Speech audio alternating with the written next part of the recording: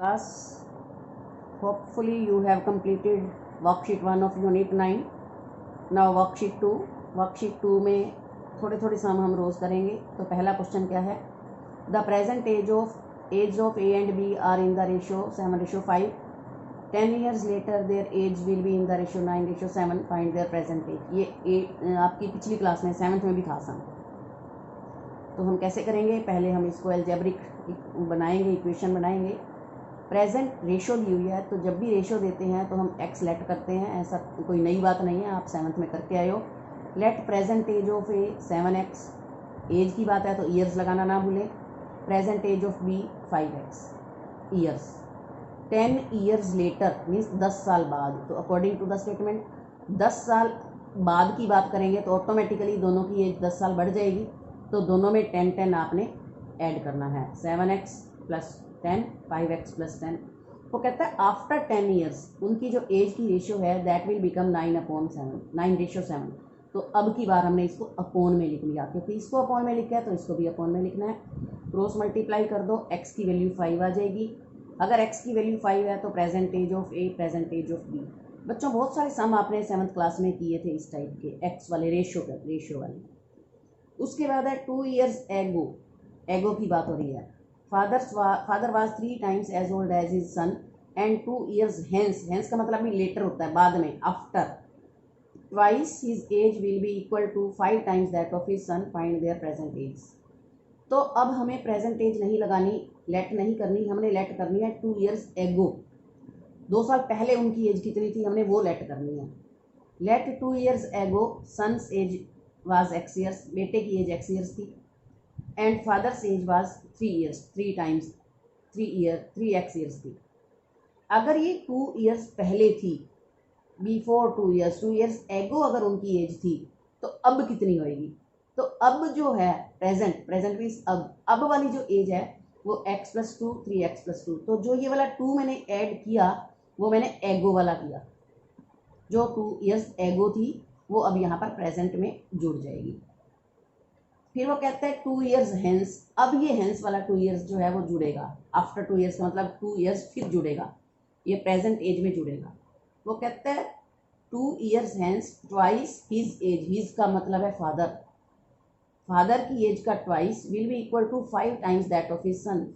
बेटे की एज का 5 times. तो इधर फादर की एज लिख लो, इधर सन की एज लिख लो. फादर की एज है 3x + 2. ये तो प्रेजेंट थी, प्रेजेंट वाली ये 2 years लेटर हेंस वाला 2 years मैंने फिर ऐड कर दिया. ये प्रेजेंट थी, 2 years हेंस वाला फिर मैंने ऐड कर दिया. तो twice his age, his means father वाली एज का ट्वाइस, 5 times हिज सन की एज का 5 times कर दो. इक्वेशन सॉल्व कर दो तो आ जाएगा x12. लेकिन हमने निकालना क्या है? Present age. ऊपर से देखो प्रेजेंट एज कहाँ है? प्रेजेंट एज ये है, इसमें वैल्यूज पुट करनी है. Therefore present age of son x + 2 means 12 + 2 14 years. Present age of father 3 × x, 3 × 12 + 2 38 years. उसके बाद हमारा आता है क्वेश्चन नंबर 3. बहुत इंपॉर्टेंट, ये भी 7th में था. और बच्चों ये सम आगे तक जाने हैं. 8th में आप कर रहे हो, 9th 10th में भी जाएंगे, ये सम सेम जाते हैं. The sum of the digits of a 2-digit number is 8. 2-digit number. The sum of the digits of a 2-digit number. अब आप याद करो छोटी क्लासेस में यूनिट्स, टेंस, वंस, टेंस आप लिखा करते थे 2-digit नंबर में. वही चीज़ हम थोड़ा सा आगे इधर. वो कहते हैं कोई 2-digit नंबर है जिनका सम जो है वो 8 है. फॉर एग्जाम्पल 53 है तो 5 और 3 8. 62 है, 6 और 2 8. 44 4 और 4 8. 17 1 और 7 8. 71 7 और 1 8. मीन्स इस टाइप के कोई भी 2-digit नंबर है जिनका सम 8 है. अब हमें नहीं पता कि वो क्या है. Let the ones digit of a 2-digit number 8, sorry x. Let जब भी करेंगे तो x लेते हैं. फिर वो 10th डिजिट, जब दोनों का टोटल 8 है तो अगर एक हमें पता है तो दूसरे उसमें से सब्ट्रैक्ट कर दो, 8 - x. 2-digit number will become 10 × 8 - x. 10 क्यों लगाया? क्योंकि 2-digit नंबर 10 से स्टार्ट होते हैं. 1 2 3 4 5 6 7 8 9 सिंगल डिजिट हैं. 10 से ही 2-digit नंबर स्टार्ट होता है, इसलिए यहाँ पर 10 लिखते हैं. और 10 के साथ 10 डिजिट जो भी हमारा यहाँ पर है और प्लस वंस डिजिट, तो ब्रैकेट खोल दो तो यहाँ से 80 माइनस 9x हो जाएगा सॉल्व करके। Now after interchanging the digits new number will become, अगर वो कहता है इंटरचेंज कर दें, यूनिट्स प्लेस की जगह टेंस प्लेस लिख दें और टेंस प्लेस की जगह वंस प्लेस लिख दें, तो क्या unit place and ones place is the same. अब उसने जगह बदल दी, x के साथ 10 के साथ x लिख दिया और x की जगह 8 माइनस एक्स, मीन्स इंटरचेंज कर दिया, इंटरचेंजिंग द डिजिट्स। तो अब भी एक नंबर बनेगा 9x प्लस 8।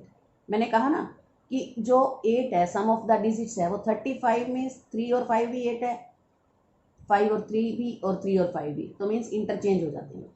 तो यहाँ से 9x प्लस 8 बन गया। अब उसने कहा given number by 18 exceeds means बढ़ जाता है, कि जो अब वाला नंबर है वो पहले वाले नंबर से एक्सीड 18 बढ़ जाता है। तो अकॉर्डिंग टू द स्टेटमेंट लगाओ, अब वाला नंबर है 9x प्लस 8, पहले वाला नंबर है 80 माइनस 9x, एक्सीड्स 18 बढ़ गया। अब इनको सॉल्व कर दो लेफ्ट राइट साइड करके, ये आपने बहुत सीखा है वर्कशीट 1 में भी और पहले भी 7th क्लास में भी। x की वैल्यू 5 आ गई। अब रिक्वायर्ड नंबर्स, उसने कहा है नंबर्स मीन्स इंटरचेंज करने के बाद वाला भी निकालो और पहले वाला भी निकालो। तो यहाँ मैंने बॉक्स बना रखे हैं, ये पहले वाला है, ये इंटरचेंज के बाद वाला है, तो दोनों में आप x की वैल्यूज पुट कर दो। 80 माइनस 9 इंटू 5, तो ये 35 आ जाएगा। 9 इंटू 5 प्लस 8, ये 53। 3 और 5 मिल के बना 8, 5 और 3 मिल के बना 8, सम ऑफ द डिजिट्स 8 आ गया। ठीक है, इसी तरह ये वाला है, the ones digit of A 2 digit number is twice the tens digit. अब की बार सम नहीं दिया हुआ, ट्वाइस दे दिया, मल्टीप्लिकेशन का लिंक दे दिया, तो मैंने कहा चलो ये भी करा देती हूँ। वो कहता है जो वंस डिजिट है वो टेंस डिजिट का ट्वाइस है, टेंस डिजिट का ट्वाइस। तो इसकी बार अब की बार हमें टेंस डिजिट लेट करना पड़ेगा। लेट टेंस डिजिट x, तो वंस डिजिट है ट्वाइस, ट्वाइस मीन्स 2x। ठीक है, अब 2 डिजिट नंबर में मैंने आपको कहा कि 10 के साथ टेंस डिजिट लगाना है, ऊपर से देखना पड़ेगा टेंस डिजिट कौन है, x है, और प्लस वंस डिजिट 12x। फिर वो कहता है रिवर्सिंग, रिवर्सिंग और इंटरचेंजिंग, ये जो दोनों है वो पर्यायवाची वर्ड है, सिमिलर वर्ड है। इंटरचेंजिंग और रिवर्सिंग का मीनिंग सेम है, तो फिर वही अब x को इधर लिख देंगे और 2x को इधर लिख देंगे, फिर नया नंबर बन जाएगा, नया नंबर बना 21। वो कहता है when the number formed by reversing the digits is added to the original number, means जो नया नंबर बना है उसको अगर हम ओरिजिनल नंबर में ऐड कर दें, मीन्स दोनों को अगर हम ऐड कर दें तो 99 आता है, सम इज 99, तो इन दोनों का सम 99 आ गया। x की वैल्यू निकाल दो। फिर वो कहता है अब की बार ओरिजिनल नंबर निकाल लो, फाइंड द ओरिजिनल, बस एक ही निकालना है, पहले वाले वैल्यूज में, पहले वाले में x की वैल्यू। ठीक है, उसके बाद है क्वेश्चन नंबर 5। क्वेश्चन नंबर जो 5 है that is same as question number 3, आप अपने आप करोगे, मैं क्वेश्चन नंबर 5 नहीं कराऊंगी। क्वेश्चन नंबर 6 है the sum of 3 consecutive multiples, multiples का मतलब है टेबल, जो आप पहले टेबल्स करते थे, 7 1s are 7, 7 2s are 14, 7 3s are 21, इस टाइप का मल्टीपल्स हैं। कंसेक्टिव मीन्स लगातार, 3 कंसेक्टिव मल्टीपल्स ऑफ 7, 7 के लगातार 3 मल्टीपल्स हैं जिनका टोटल 777 आता है। फाइंड द दीज मल्टीपल्स, तो हमने 3 कैसे लेने हैं, let 3 consecutive multiples of 7 B लिखते हैं लेट के साथ। तो पहला है 7x, क्योंकि 7 के लेने हैं तो 7x, दूसरा उसमें 7 ऐड करके आएगा, तीसरा उसमें 14 ऐड करके आएगा, जो 7 की टेबल है। अगर वहाँ पर 8 कहता तो यहाँ पर 8x आता, 8x प्लस 8 आता, 8x प्लस 16 आता। 6 के कहता तो यहाँ 6x आता, 6x प्लस 6 आता, 6x प्लस 12 आता, मीन्स वही टेबल उसी को ही यूज़ करना है। सम का मतलब तीनों को जोड़ दो, पहला है 7x, दूसरा 7x प्लस 7, तीसरा 7x प्लस 14, तीनों को जोड़ के 777। x वाले 21 बन गए, विदाउट x वाले भी 21 उधर ट्रांसपोज कर दो, x निकल गया। जब x निकल गया तो इनकी वैल्यूज़ इन तीनों में पुट कर दो, तो हमारे 3 आंसर आ जाएंगे। So try to solve up to question number 7, क्योंकि जो 7 है वो 6 के बराबर सेम है, इसीलिए मैंने 7 नहीं किया। सेम जो क्वेश्चन नंबर 7 है सेम एज क्वेश्चन नंबर 6, तो आपने क्वेश्चन नंबर 7 खुद से करना है। So thank you, have a nice day.